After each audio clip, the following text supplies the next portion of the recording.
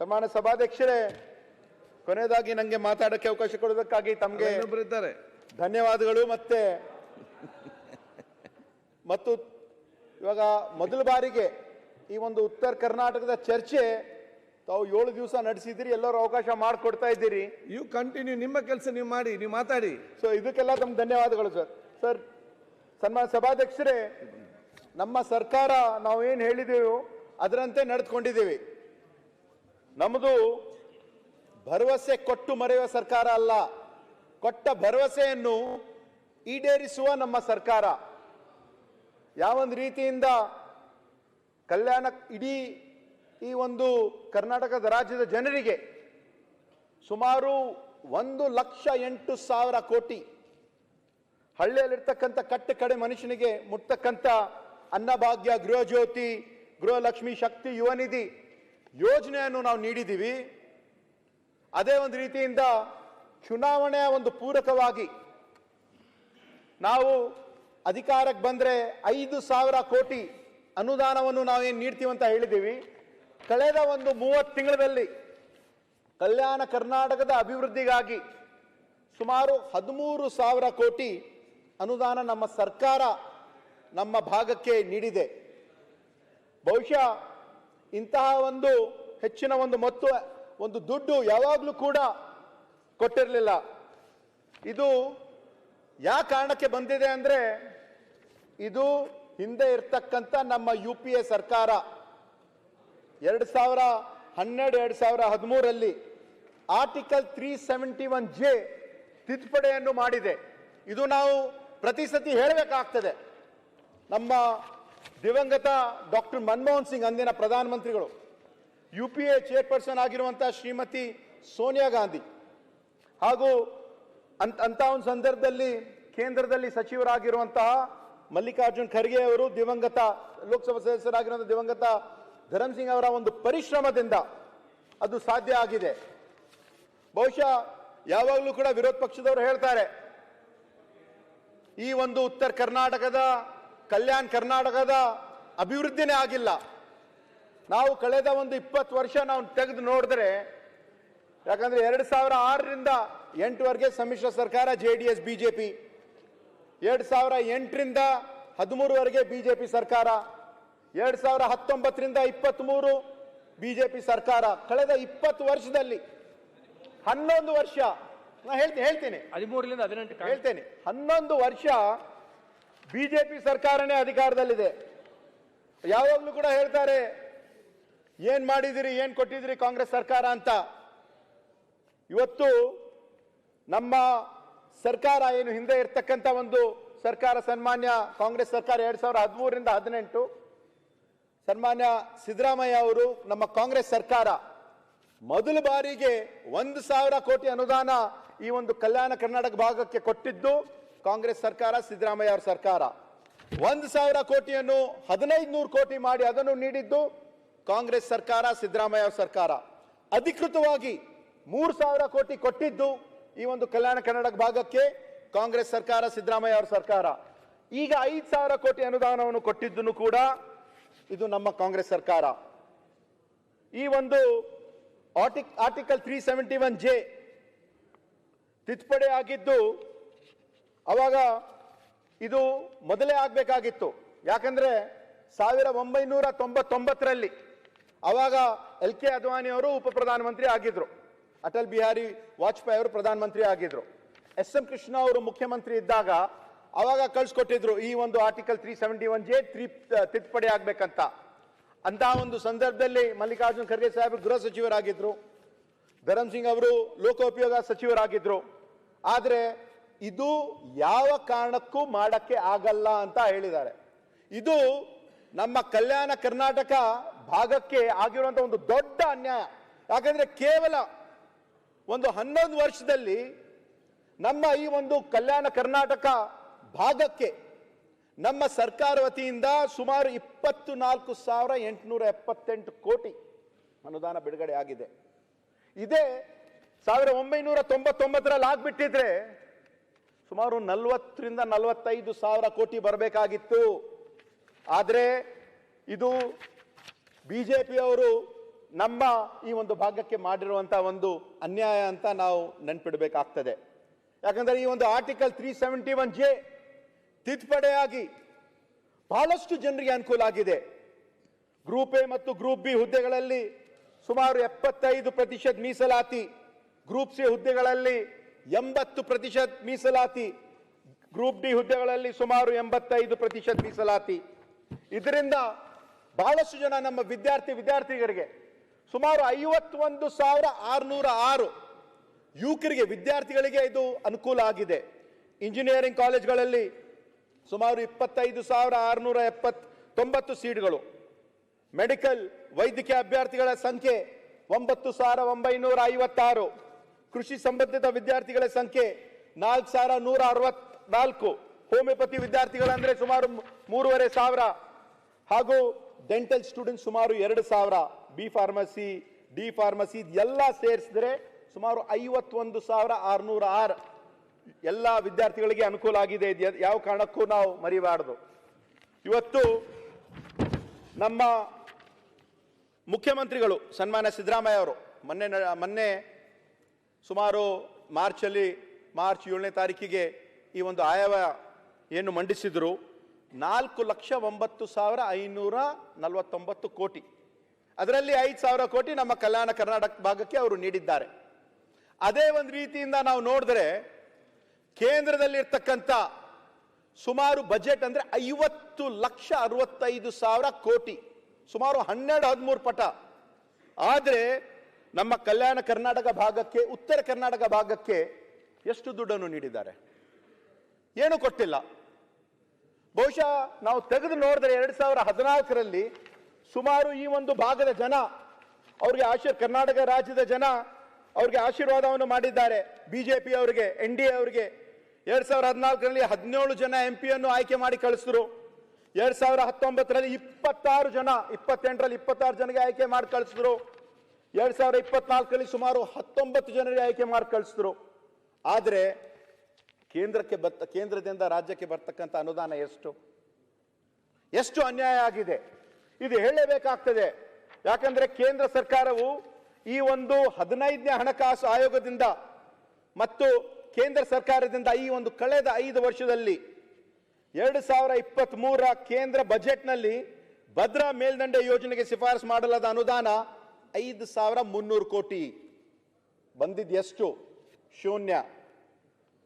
15ನೇ ಹಣಕಾಸು ಆಯೋಗದಲ್ಲಿ ಶಿಫಾರಸು ಮಾಡಲಾದ ವಿಶೇಷ ಅನುದಾನ 5,495 ಕೋಟಿ. ಬಂದಿದ್ದು ಶೂನ್ಯ. 15ನೇ ಹಣಕಾಸು ಆಯೋಗದಲ್ಲಿ ಬೆಂಗಳೂರು ಅಭಿವೃದ್ಧಿ, ಕೆರೆ ಮತ್ತು ಪೆರಿಫೆರಲ್ ರಿಂಗ್ ರಸ್ತೆಗೆ 6,000 ಕೋಟಿ ಬರಬೇಕಾಗಿತ್ತು. ಆದ್ರೆ ಏನು ಕೂಡ ಬಂದಿಲ್ಲ. 15ನೇ ಹಣಕಾಸು ಒಂದು ಆಯೋಗದ ಶಿಫಾರಸು ಮಾಡಲಾದ ಆರೋಗ್ಯ ಅನುದಾನ 1,683, ಬಂದಿದ್ದು ಕೇವಲ 809. ಇನ್ನ ಒಂದು 800 ಕೋಟಿ ಗೋತಾ. ಮತ್ತೆ ಗ್ರಾಮೀಣ ಸ್ಥಳೀಯ ಸಂಸ್ಥೆಗಳ ಶಿಫಾರಸು ಮಾಡಲಾದ ಅನುದಾನ 10,000, ಕೊಟ್ಟಿದ್ದು ಕೇವಲ 9,000. ಇದೆಲ್ಲ ನಾವು ನೋಡಿದ್ರೆ 15ನೇ ಹಣಕಾಸು ಆಯೋಗ ತೆರಿಗೆ ಹಂಚಿಕೆ ಸೂತ್ರದ ಬದಲಾವಣೆಯಿಂದ ಸುಮಾರು 80,000 ಕೋಟಿ ನಮಗೆ ನಷ್ಟ ಆಗಿದೆ. ಇದು ಎಲ್ಲವನ್ನು NDRF ಮತ್ತೆ ಹೆಚ್ಚುವರಿ ಭರಿಸಿದ್ದ ಎಲ್ಲ ಯೋಜನೆಗಳನ್ನು ನಾವು ನೋಡಿದ್ರೆ ನಮಗೆ ಅನ್ಯಾಯ ಆಗಿದ್ದು ಸುಮಾರು 1,25,000 ಕೋಟಿ, 559 ಕೋಟಿ ಇಷ್ಟು ನಮಗೆ ನಷ್ಟ ಆಗಿದೆ. ಆದ್ರೆ ಇವತ್ತು ಇದ್ರ ಬಗ್ಗೆ ನಮ್ಮ ವಿರೋಧ ಪಕ್ಷದವರು ಏನು ಮಾತಾಡ್ತಾ ಇಲ್ಲ. ಯಾಕೆ ಮಾತಾಡ್ತಾ ಇಲ್ಲ? ನಾವು ಕೊಡ್ತಕ್ಕಂಥ ಒಂದು ತೆರಿಗೆ ಸುಮಾರು 4,75,000 ಕೋಟಿ. ಪ್ರತಿ ವರ್ಷ ಡೆವಲ್ಯೂಷನ್ ಫಂಡ್ ಅಲ್ಲಿ ನಮಗೆ ಬರ್ತಾ ಇರೋದು ಕೇವಲ 52,000 ಕೋಟಿ. ಅಂದ್ರೆ ₹1 ಬರ್ತಕ್ಕಂಥ 12-13 ಪೈಸೆ ಅಷ್ಟೇ. ಇದು ನಮ್ಮ ಕರ್ನಾಟಕ ರಾಜ್ಯಕ್ಕೆ ಕೇಂದ್ರ ಸರ್ಕಾರದಿಂದ ಮಾಡ್ತಕ್ಕಂಥ ಒಂದು ತಾರತಮ್ಯ, ಮಲತಾಯಿ ಧೋರಣೆ ಅವರು ಮಾಡ್ತಾ ಇದ್ದಾರೆ. ಇವತ್ತು ಮಾನ್ಯ ವಿರೋಧ ಪಕ್ಷದ ನಾಯಕರು ಕೂಡ ಇಲ್ಲೇ ಇದ್ದಾರೆ. ಅವ್ರು ಹೇಳ್ತಾ ಇದ್ರು ಎಲ್ಲ ಕೆಲಸಗಳು ಅನ್ಫಿನಿಶ್ಡ್ ಅಂತ ಹೇಳಿದ್ರು. ಅವ್ರು ಹೇಳಿದ್ರು ಏನಂದ್ರೆ ಪ್ರೊಫೆಸರ್ ಗೋವಿಂದರಾವ್ ಅವರು ಇನ್ನ ತಮ್ಮ ಸಮಿತಿಯನ್ನು ಅವ್ರು ಹೇಳ್ತಕ್ಕಂಥ ಒಂದು ಏನಿದೆ ಈ ಕಮಿಟಿ ಮಾಡಿದ್ದು ಯಾರು? ಹಿಂದೆ ಇರ್ತಕ್ಕಂಥ ಡಾಕ್ಟರ್ ನಂಜುಂಡಪ್ಪ ವರದಿ ಏನಾಗಿದೆ ಅದಾಗಿದ್ದು ಕೂಡ SM ಕೃಷ್ಣ ಅವರು ಮುಖ್ಯಮಂತ್ರಿ ಇರ್ತಕ್ಕಂಥ ಒಂದು ಸಂದರ್ಭದಲ್ಲಿ 2001ರಲ್ಲಿ. ಅದ ನಂತರ ಈಗ ನಮ್ಮ ಮಾನ್ಯ ಮುಖ್ಯಮಂತ್ರಿ ಅವರು ಸಿದ್ದರಾಮಯ್ಯ ಅವರು ಪ್ರೊಫೆಸರ್ ಗೋವಿಂದ್ ರಾವ್ ಒಬ್ಬ ಆರ್ಥಿಕ ತಜ್ಞರು. He is the only financial adviser to the prime minister from Karnataka. ಅವ್ರು ಹೇಳ್ತಕ್ಕಂಥ ಅವರು ಒಂದು ಪ್ರೆಸ್ ಮೀಟ್ ಕೂಡ ಮಾಡಿದ್ದಾರೆ ನವೆಂಬರ್ ಅಲ್ಲಿ. ಪ್ರೆಸ್ ಮೀಟ್ ಮಾಡಿ ಅವ್ರು ಹೇಳಿದ್ದಾರೆ ಇದು ಎಲ್ಲ ಫೈನಲ್ ಸ್ಟೇಜ್ ಅಲ್ಲಿ ಇದೆ, ನಾವು ಮಾಡ್ತಕ್ಕಂಥ ವರದಿ ಇನ್ನ ಒಂದೇ ತಿಂಗಳಲ್ಲಿ ನಾವು ಸಬ್ಮಿಟ್ ಮಾಡ್ತಾ ಇದ್ದೀವಿ. ಯಾಕಂದ್ರೆ ಡಾಕ್ಟರ್ ನಂಜುಂಡಪ್ಪ ವರದಿ ಅವರು ತಾವೆಲ್ಲ ಕೇಳಿದ್ರಿ. ಡಾಕ್ಟರ್ ನಂಜುಂಡಪ್ಪ ಅವಾಗ ಇರ್ತಕ್ಕಂಥ 175 ತಾಲೂಕುಗಳು, ಇವಾಗ ಇರ್ತಕ್ಕಂಥ 120 ತಾಲೂಕುಗಳು ಎಲ್ಲ ಒಂದು ಸಮಗ್ರವಾದ ಒಂದು ರಿಪೋರ್ಟ್ ಒಂದು ತಯಾರಿ ಮಾಡಬೇಕಂದ್ರೆ ಸಮಯ ಆದ್ರೆ ಹಿಡಿತದೆ, ಸ್ವಲ್ಪ ಆದ್ರೆ ಸಮಯ ಆದ್ರೆ ಹಿಡಿತದೆ. ಆದ್ರೆ ನಮ್ಮ ವಿರೋಧ ಪಕ್ಷದ ನಾಯಕರು ಹೇಳಿದ್ರು ಏನೂ ಅಭಿವೃದ್ಧಿ ಆಗಿಲ್ಲ ಉತ್ತರ ಕರ್ನಾಟಕದಲ್ಲಿ, ಕಲ್ಯಾಣ ಕರ್ನಾಟಕದಲ್ಲಿ ಏನೂ ಅಭಿವೃದ್ಧಿ ಆಗಿಲ್ಲ ಅಂತ ಅವರು ಹೇಳಿದ್ರು. ಆದ್ರೆ ನಮ್ಮ ಭಾಗದಲ್ಲಿ ಏನೇನು ಕೆಲಸ ಕಾರ್ಯಗಳು ನಾವು ಕಳೆದ ಒಂದು ವರ್ಷದಲ್ಲಿ ಮಾಡಿದೀವಿ ಅಂತ ಹೇಳ್ತೀನಿ. ಅದಕ್ಕಿಂತ ಮೊದಲು ನಾನು ಹೇಳ್ತಾ ಇಲ್ಲ.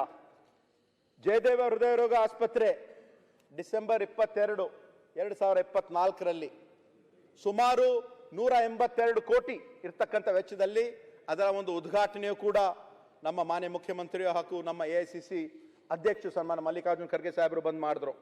ನಂತರ ಕಲ್ಯಾಣ ಪಥ ಆ ಒಂದು ಯೋಜನೆ ಸುಮಾರು 38 ಕ್ಷೇತ್ರಗಳಲ್ಲಿ ಸುಮಾರು 1150 ಕಿಲೋಮೀಟರ್ಗೆ 1000 ಕೋಟಿ ಸಂಪೂರ್ಣವಾಗಿ ಕಲ್ಯಾಣ ಕರ್ನಾಟಕ ಅಭಿವೃದ್ಧಿ ಮಂಡಳಿ ವತಿಯಿಂದ ಜವೇರಿಯಲ್ಲಿ ಕಾರ್ಯಕ್ರಮ ನಡೆಯಿತು.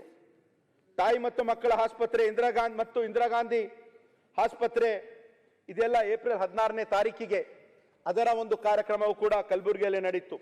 ಆರೋಗ್ಯ ಆವಿಷ್ಕಾರ ಅಂತ ಯೋಜನೆ ಯಾದಗಿರಲ್ಲಿ ಜೂನ್ 14ನೇ ತಾರೀಕಿಗೆ ಸುಮಾರು 416 ಕೋಟಿ ಅದರ ಒಂದು ಅಡಿಗಲ್ ಸಮಾರಂಭವನ್ನು ಕೂಡ ನಾವು ಮಾಡಿದ್ದೀವಿ.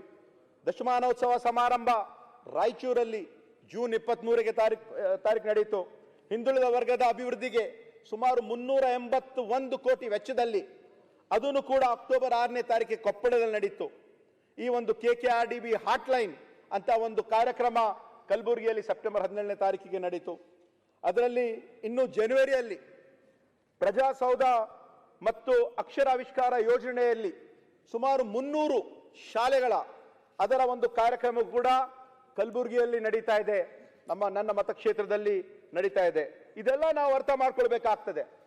ಯಾಕಂದ್ರೆ ಇವಾಗ ಏನು ಅಡಿಗಲ್ಲಾಗಿಲ್ಲ, ಏನು ಕೆಲಸ ಆಗಿಲ್ಲ ಅಂತ ಮಾನ್ಯ ವಿರೋಧ ಪಕ್ಷದ ನಾಯಕರು ಅವರು ಹೇಳ್ತಾ ಇದ್ರು.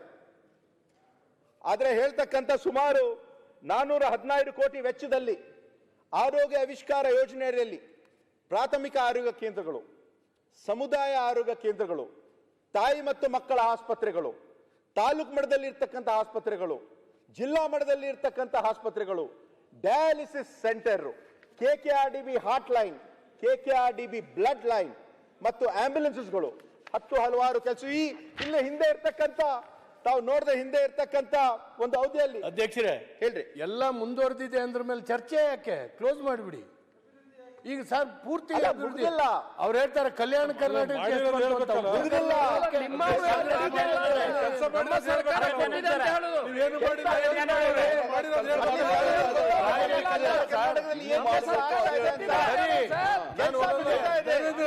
ಧನ್ಯವಾದ ಅಧ್ಯಕ್ಷರೇ, ನೀವು ಮಾಡಿಲ್ಲ ಅಂತ ಹೇಳ್ತಾ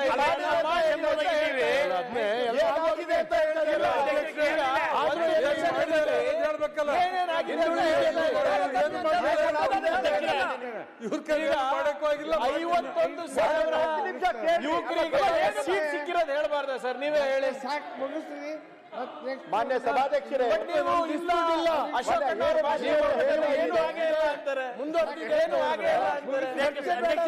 ಮಾನ್ಯ ತಾವು ಅಧ್ಯಕ್ಷರೇ, ನೀವು ಹೇಳಕತ್ತೀರಿ, ಒಂದ್ ನಿಮಿಷ ಹೇಳಕತ್ತೀರಿ, ಬಟ್ ನಮ್ಗೆ ಇವತ್ತಿನವರೆಗೂ ಅಧ್ಯಕ್ಷರೇ ನನ್ನ ಹೆಸರು ಹೇಳಿದ್ದಾರೆ, 3 ಸರಿ ನನ್ನ ಹೆಸರು ಹೇಳಿದ್ದಾರೆ.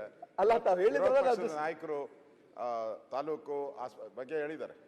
ಪ್ರಾಥಮಿಕ ಆರೋಗ್ಯ ಇದೆ ಚಂದಾಗಿದೆ, ತಾಲೂಕು ಆರೋಗ್ಯ ಕೇಂದ್ರ ಚಂದಾಗಿದೆ, ಜಿಲ್ಲಾ ಚಂದಾಗಿದೆ, ಅಲ್ಲ ಡಯಾಲಿಸಿಸ್ ನಾವು ಮಾಡ್ತಾ ಇದ್ದೀವಿ, ಎಲ್ಲ ಚಂದಾಗಿದೆ ಅಂದ್ಮೇಲೆ ಚಂದಾಗಿದೆ. ನಾವು ಸರಿ ಇಲ್ಲ ಅಂತ ಅವರು ಬೆಂಗಳೂರಲ್ಲಿ ಇದ್ದಂಗಿದ್ದಾರೆ, ಗೊತ್ತಿಲ್ಲ ಅವ್ರಿಗೆ. ಯಾವ ಆಸ್ಪತ್ರೆಯಲ್ಲಿ ನಿಮ್ಮಲ್ಲಿ ಯಾರನ್ನ ಡಾಕ್ಟರ್ ಇದ್ದಾರಾ? ಅಲ್ಲ, ಈಗ ನಾವು ಅದೆಲ್ಲ ಕೆಲಸ ಪ್ರಾರಂಭ ಮಾಡಿದ್ವಿ, ಅಡಿಗಲ್ ಮಾಡಿದೀವಿ. ನಾವೇನ್ ಹೇಳಿದ್ರಿ, ಒಂದು ಕೆಲಸ ಪ್ರಾರಂಭ ಆಗಿಲ್ಲ ಅಂತ ಹೇಳಿದ್ರಿ.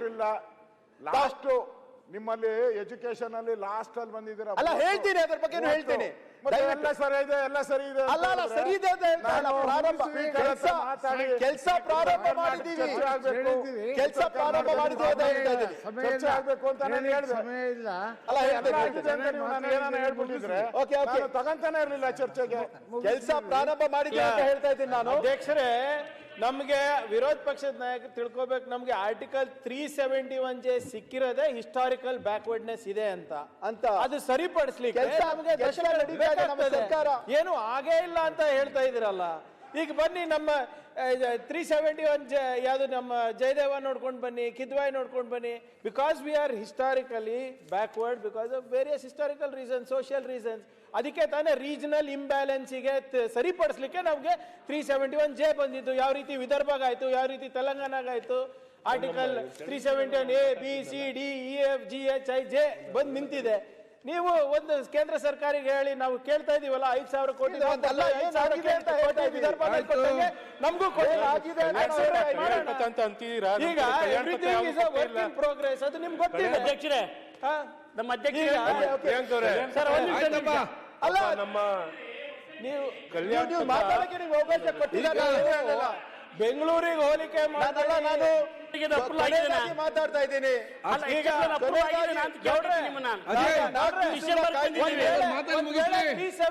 J ಇರಲಿಲ್ಲ ಅಂದ್ರೆ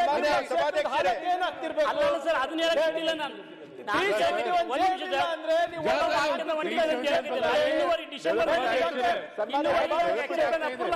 ನೋಡಿ, ನಮ್ಮ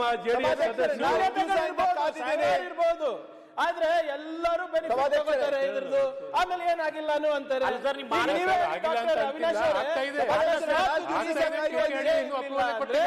ನಮ್ ಹಾಲತ್ ಏನಿರ್ತಾ ಇತ್ತು ಸರ್?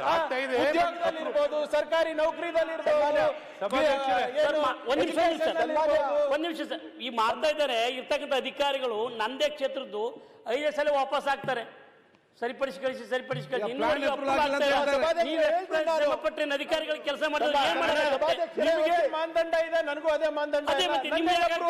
ಆಗಲ್ಲ ಸರ್, ಮಾನದಂಡ ಅಪ್ರೂವ್ ಆಗುತ್ತೆ.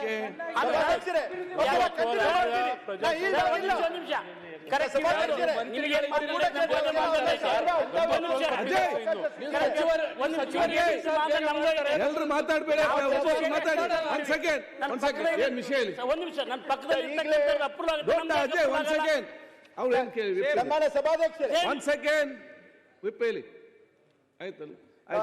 ಸಭಾಧ್ಯಕ್ಷರೇ, ಸಚಿವರಿದ್ದಾರೆ, ವಿರೋಧ ಪಕ್ಷದ ನಾಯಕರು ಮತ್ತೆ ಹೇಳಿದ್ರು ನಮ್ಮ ಕಲ್ಯಾಣ ಕರ್ನಾಟಕ ಭಾಗ ಈ ಒಂದು ಎಜುಕೇಶನ್ ಅಲ್ಲಿ, ಶಿಕ್ಷಣದಲ್ಲಿ ಹಿಂದುಳಿದ ಇದೀವಿ ಅಂತ ಹೇಳಿದ್ರು. ನಾವು ಆ ಕಾರಣಕ್ಕಾಗಿ ನಾವು ಅಧಿಕಾರಕ್ಕೆ ಬಂದ ನಂತರ ಈ ಒಂದು 5 ವರ್ಷ ಶೈಕ್ಷಣಿಕ ವರ್ಷ ಅಂತ ಘೋಷಣೆ ಮಾಡಿದ್ದೀವಿ. ಕನಿಷ್ಠ 25% ಹಣ ನಮ್ಮ ಕಲ್ಯಾಣ ಕರ್ನಾಟಕ ಮಂಡಳಿಗೆ ಬಂದಿರುವಂತಹ ಹಣ ಕಡ್ಡಾಯವಾಗಿ ಶಿಕ್ಷಣಕ್ಕೆ ಉಪಯೋಗಿಸಬೇಕಂತ ನಾವು ಆದೇಶ ಹೊರಡಿಸಿದ್ದೀವಿ. ಎಲ್ಲರೂ ಕೂಡ ಅದಕ್ಕೆ ಒಪ್ಕೊಂಡಿದ್ದಾರೆ. ಮತ್ತೆ ಇವತ್ತು ಮಾನ್ಯ ನಮ್ಮ ಶಿಕ್ಷಣ ಸಚಿವರು ಕೂಡ ಇಲ್ಲೇ ಇದ್ದಾರೆ. ನಮ್ಮ ಕಲ್ಯಾಣ ಕರ್ನಾಟಕ ಭಾಗದಲ್ಲಿ ಏನೇನು ನಾವು ಮಾಡಬೇಕು, ಯಾಕಂದ್ರೆ ಹೆಚ್ಚಿನ ಆದ್ಯತೆ ಶಿಕ್ಷಣ ಮತ್ತೆ ಆರೋಗ್ಯಕ್ಕೆ ನಾವು ನೀಡ್ತಾ ಇದ್ದೀವಿ. ಡಾಕ್ಟರ್ ನಂಜುಂಡಪ್ಪ ಅವರು ಕೂಡ ಆ ಒಂದು ರೀತಿಯಿಂದ ಹೇಳಿದರು.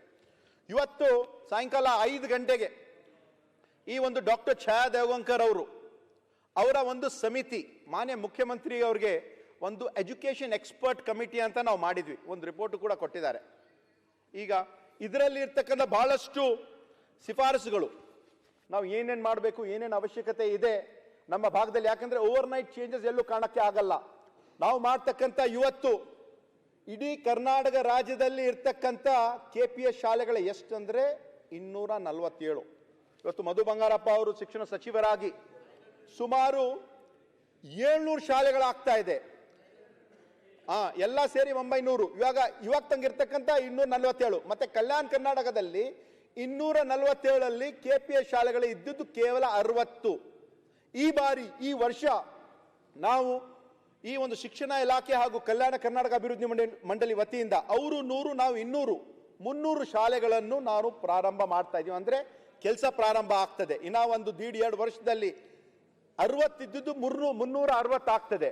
ಅದರಿಂದ ಆ ಒಂದು ನಮ್ಮ ಭಾಗದಲ್ಲಿ ಇರ್ತಕ್ಕಂಥ ಅನುಕೂಲ. ಅದರ ಜೊತೆಯಾಗಿ NSQF national skill qualification framework SSLC ಫಲಿತಾಂಶ ಸರಿಪಡಿಸಲು ಸುಮಾರು 10 ಕೋಟಿ ಅನುದಾನ ಕೂಡ ನಾವು ಇಟ್ಟಿದ್ದೀವಿ. ECC early child care education bilingual English and Kannada.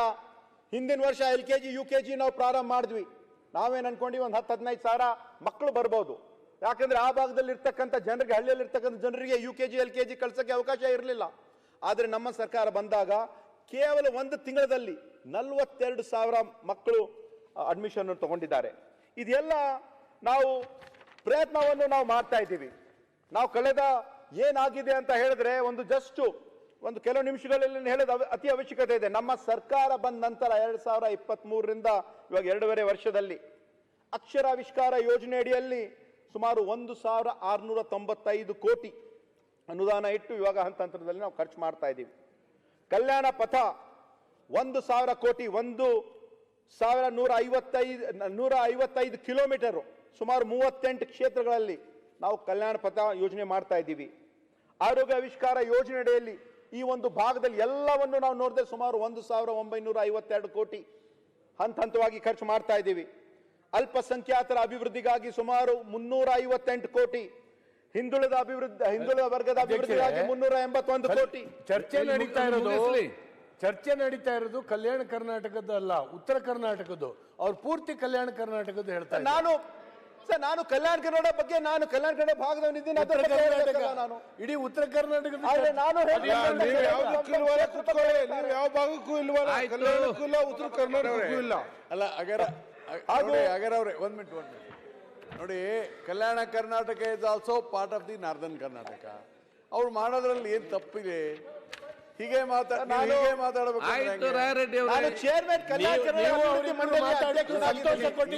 Chairman of ಅಭಿವೃದ್ಧಿ ಆಗಿದೆ ಅಂತ ಹೇಳಿದಿರಲ್ಲ, ಸಂತೋಷ. ನೀವಿಬ್ರೇ ಒಳ್ಳೆ ಮಾತಾಡಿದ್ದು. ನಾ ಹೇಳೋದು ಆಕ್ಷೇಪಣೆ ಪಾಯಿಂಟ್ ಟು ಸ್ಪೀಕ್. ಈಗ ನಾವು ಹೇಳ್ತಕ್ಕಂಥ ಅಭಿವೃದ್ಧಿ ಅಂದ್ರೆ ಓವರ್ ನೈಟ್ ಚೇಂಜಸ್ ಆಗಕ್ಕೆ ಸಾಧ್ಯ ಇಲ್ಲ, ಸಮಯ ಹಿಡಿತದೆ. ನಾವು ಮಾಡಿರುವಂತ ಕೆಲಸಗಳು ಇವತ್ತು 300 KPS ಶಾಲೆಗಳು ಜನರಿಗೆ ಗೊತ್ತಾಗಬೇಕಂದ್ರೆ ಮುಂದೆ ಬರ್ತಕ್ಕಂಥ 4-5 ವರ್ಷದಲ್ಲಿ ಜನರಿಗೆ ಗೊತ್ತಾಗ್ತದೆ ಏನ್ ಅಭಿವೃದ್ಧಿ. ಯಾಕಂದ್ರೆ 2 ಗ್ರಾಮ ಪಂಚಾಯತಿ ನಡುವೆ 1 KPS ಶಾಲೆಗಳನ್ನು ಮಾಡ್ತಾ ಇದ್ದೀವಿ. ಅಂದ್ರೆ 10 ಹಳ್ಳಿಗಳ ಮಧ್ಯೆ ಇವತ್ತು ನಾವು ಪಟ್ಟಣದಲ್ಲಿ ನಾವು ಏನ್ ನೋಡ್ತೀವಿ, ಯಾವ ಒಂದು ರೀತಿಯಿಂದ ಸುಮಾರು ಒಂದು 5 ಎಕರೆಯಲ್ಲಿ ಇರ್ತಕ್ಕಂಥ ಶಾಲೆ, ಅದು LKG UKG ಇಂದ 12th ಸ್ಟ್ಯಾಂಡರ್ಡ್ ವರೆಗೆ ಮಾಡ್ತಕ್ಕಂಥ ಒಂದು ಪ್ರಯತ್ನ. ಮುಂದೆ ಬರ್ತಕ್ಕಂಥ ದಿನಗಳಲ್ಲಿ ಜನರು ಕೂಡ ಇದ್ರ ಬಗ್ಗೆ ಗೊತ್ತಾಗ್ತದೆ. ಅದರ ಜೊತೆಯಾಗಿ ಇಲ್ಲಿ ಇರ್ತಕ್ಕಂಥ ಈ ಒಂದು ಪರಿಶಿಷ್ಟ ಜಾತಿ ಪರಿಶಿಷ್ಟ ಪಂಗಡದ ಒಂದು ಅಭಿವೃದ್ಧಿಗಾಗಿ ಸುಮಾರು 286 ಕೋಟಿ ಆ ಒಂದು ಇದನ್ನು ಕೂಡ ನಾವು ಇಟ್ಟಿದ್ದೀವಿ. ಮೈಕ್ರೋ ಯೋಜನೆ ಅಡಿಯಲ್ಲಿ ಸುಮಾರು 6,000 ಕೋಟಿ. ಇದೆಲ್ಲ ಹಂತವಾಗಿ ಆಗ್ತಾ ಇದೆ. ಮತ್ತೆ ಪ್ರಜಾಸೌಧ ಘೋಷಣೆ ಆಗಿ ಸುಮಾರು 7 ವರ್ಷ ಆಗಿದೆ. ಹೊಸ ತಾಲೂಕುಗಳು ನಾವು 2017-2018ರಲ್ಲಿ ದುರಾದೃಷ್ಟ ನಮ್ಮ ಸರ್ಕಾರ ಹೋಯಿತು. ನೀವು ಅಧಿಕಾರದಲ್ಲಿ 4 ವರ್ಷದಲ್ಲಿ ಇದ್ವಿ, ಆದ್ರೆ ಒಂದು ಪ್ರಜಾಸೌಧನೂ ಆಗಿಲ್ಲ. ಈ ಬಾರಿ ಕರ್ನಾಟಕ ಭಾಗದಲ್ಲಿ ಇರ್ತಕ್ಕಂಥ ಸುಮಾರು 17 ಪ್ರಜಾಸೌಧಗಳು ಸುಮಾರು 165 ಕೋಟಿ ವೆಚ್ಚದಲ್ಲಿ ಮಾಡ್ತಾ ಇದ್ದೀವಿ. ಜಲಭಾಗ್ಯ ಜಲ ಯೋಜನೆಗಳನ್ನು ಆಗ್ತಾ ಇದೆ. ಈ ಒಂದು ಕಲ್ಯಾಣ ಕರ್ನಾಟಕ ಅಭಿವೃದ್ಧಿ ಒಂದು ಇಂಡಸ್ಟ್ರಿಯಲ್ ಹಬ್ ಕಲಬುರ್ಗಿ, ಕಂಪ್ಲಿ, ಶಾಪುರ್, ಬೀದರ್ ಅದೆಲ್ಲ ಸೇರಿ ಸುಮಾರು 200 ಕೋಟಿ ವೆಚ್ಚದಲ್ಲಿ ಆಗ್ತಾ ಇದೆ. ಮಹಿಳೆಯರಿಗೆ ಶೌಚಾಲಯ, ಅರಣ್ಯ ಆವಿಷ್ಕಾರ ಯೋಜನೆ ಮಾನ್ಯ ಮಂತ್ರಿಗಳಿಲ್ಲ, ರೈತರುಗಳಿಗೆ ಗೋದಾಮುಗಳು, ಪೊಲೀಸ್ ಮಾನ್ಯ ಸಚಿವರು ಕೂಡ ಇಲ್ಲೇ ಇದ್ದಾರೆ, ಪೊಲೀಸ್ ಇಲಾಖೆಗೆ ಕೂಡ ನಾವು ಮಾಡ್ತಾ ಇದ್ದೀವಿ, ಪ್ರವಾಸೋದ್ಯಮ ತಾಣಗಳ ಒಂದು ಅಭಿವೃದ್ಧಿ. ಇಷ್ಟೆಲ್ಲ ಅಭಿವೃದ್ಧಿ ಯೋಜನೆಗಳು ಎಲ್ಲ ಕೆಲಸ ಕಾರ್ಯಗಳು ನಡೀತಾ ಇದೆ. ಸನ್ಮಾನ್ಯ ಸಭಾಧ್ಯಕ್ಷರೇ, ಇವತ್ತು ನಮ್ಮ ಕಲ್ಯಾಣ ಕರ್ನಾಟಕ ಹಾಗೂ ಉತ್ತರ ಕರ್ನಾಟಕ ಈ ಒಂದು ಭಾಗದ ಜನರಿಗೆ ಅನುಕೂಲ ಆಗ್ಬೇಕಂತ ನಮ್ಮ ಸರ್ಕಾರ, ಕಾಂಗ್ರೆಸ್ ಸರ್ಕಾರ, ಸನ್ಮಾನ್ಯ ಸಿದ್ದರಾಮಯ್ಯ ಅವರ ಸರ್ಕಾರ ಬದ್ಧರಾಗಿದ್ದೀವಿ. ನಾವು ಕೆಲಸವನ್ನು ಮಾಡ್ತಾ ಇದ್ದೀವಿ ಅಂತ ಹೇಳಲು ನಾನು ಇಷ್ಟಪಡ್ತೇನೆ.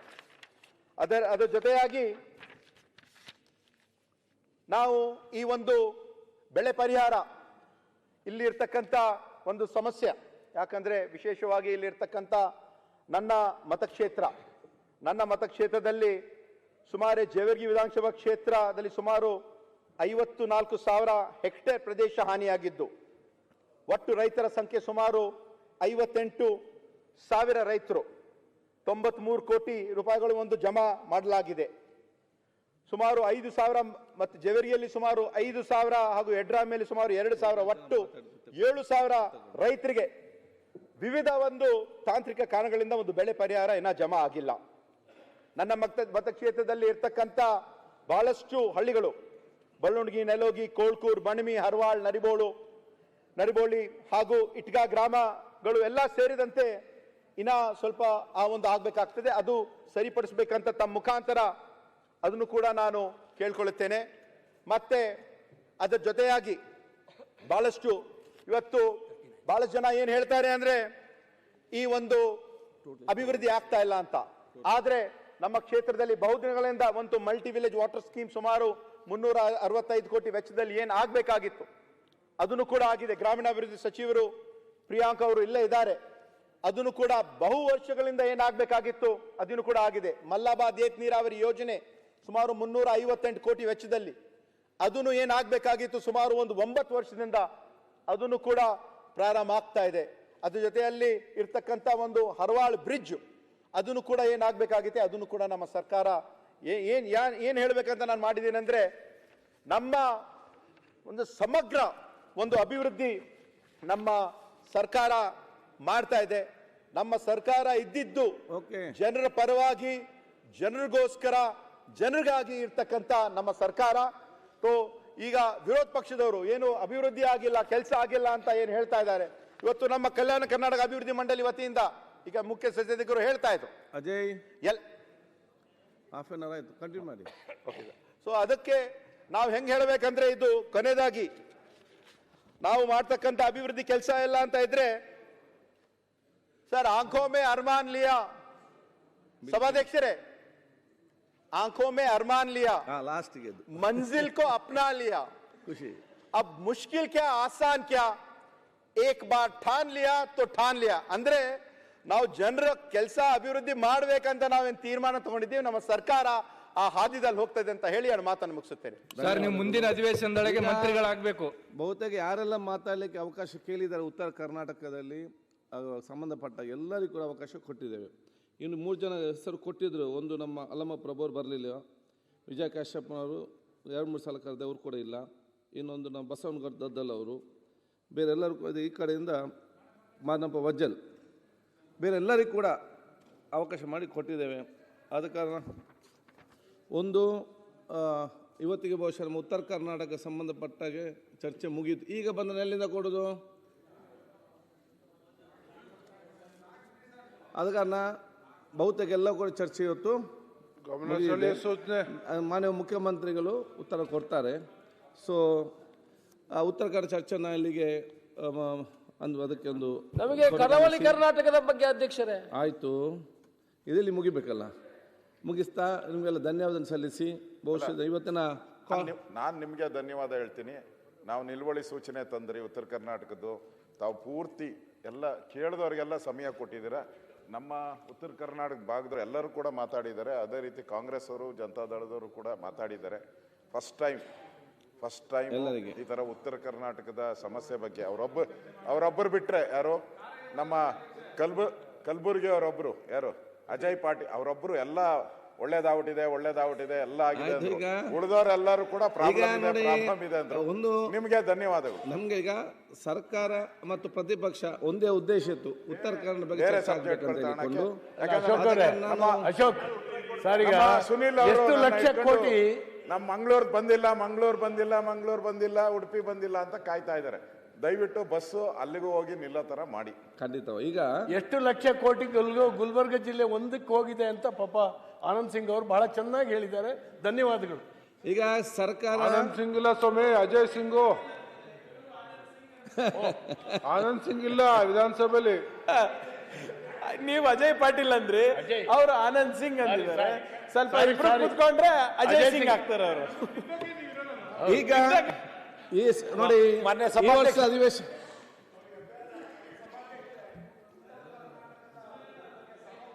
ಚರ್ಚೆ ಮಾಡಲಿಕ್ಕೆ ಅವಕಾಶ ಮಾಡಿಕೊಟ್ಟು ಫಲಪ್ರದವಾದಂಥ ಚರ್ಚೆ ಆಗಿದೆ. ಅದಕ್ಕೆ ನಮ್ಮ ವತಿಯಿಂದ ತಮಗೆ ವಿಶೇಷವಾಗಿ ಧನ್ಯವಾದಗಳನ್ನ ಹೇಳಲಿಕ್ಕೆ ಬಯಸ್ತಾ ಇದ್ದೀನಿ. ಈಗ ನೋಡಿ, ಉತ್ತರ ಕನ್ನಡ ಸಂಬಂಧಪಟ್ಟಾಗೆ ಜನಸಾಮಾನ್ಯದ ಅಪೇಕ್ಷೆ ಇತ್ತು, ಚರ್ಚೆ ಆಗ್ತಿತ್ತು ಚಂದೊಂದು ಅಪೇಕ್ಷೆ ಇತ್ತು. ಸೊ ಈ ಸಲ ಏನೊಂದು ಜನರ ಅಪೇಕ್ಷೆ ಇತ್ತು ಅದೆಲ್ಲವೂ ಕೂಡ ಆಡಳಿತ ಪಕ್ಷ ಪ್ರತಿಪಕ್ಷ ತಾವೆಲ್ಲರೂ ಒಗ್ಗಟ್ಟಿನಿಂದ ಸೇರಿಕೊಂಡು ಅದನ್ನು ಸಂಪೂರ್ಣವಾಗಿ ಭಾಗವಹಿಸಿಕೊಂಡು ಅದನ್ನು ಯಶಸ್ವಿಗೊಳಿಸಿದ್ರಿ. ನಿಮಗೆಲ್ಲ ನಾನು ಶುಭಾಶಯ ಸಲ್ಲಿಸ್ತೇನೆ. ಅದಕ್ಕೆ ಇವತ್ತಿಗೆ ಉತ್ತರ ಕನ್ನಡ ಮುಗಿಸಿ ನಾಳಿಂದ ಬೇರೆ ಬೇರೆ ನಮ್ಮ ಅಜೆಂಡಾ ಪಕ್ಕ ಮುಂದೆ ಕೆಲಸ ಮಾಡುವ. ಅದಕ್ಕಾಗಿ ಇವತ್ತಿನ ಈಗ ನಮ್ಮ ಗಮನ ಸೆಳೆಯುವ ಸೂಚನೆ ದಿನಾಂಕ 16/12/2020 50 ಗಮನ ಸೆಳೆಯುವ ಸೂಚನೆ ಪೈಕಿ 11, 12, 32, 35 ಹೊರತುಪಡಿಸಿ ಉಳಿದ 46 ಸೂಚನೆಗಳ ಉತ್ತರಗಳನ್ನು ಸದನದಲ್ಲಿ ಮಂಡಿಸುತ್ತಿದ್ದೇನೆ.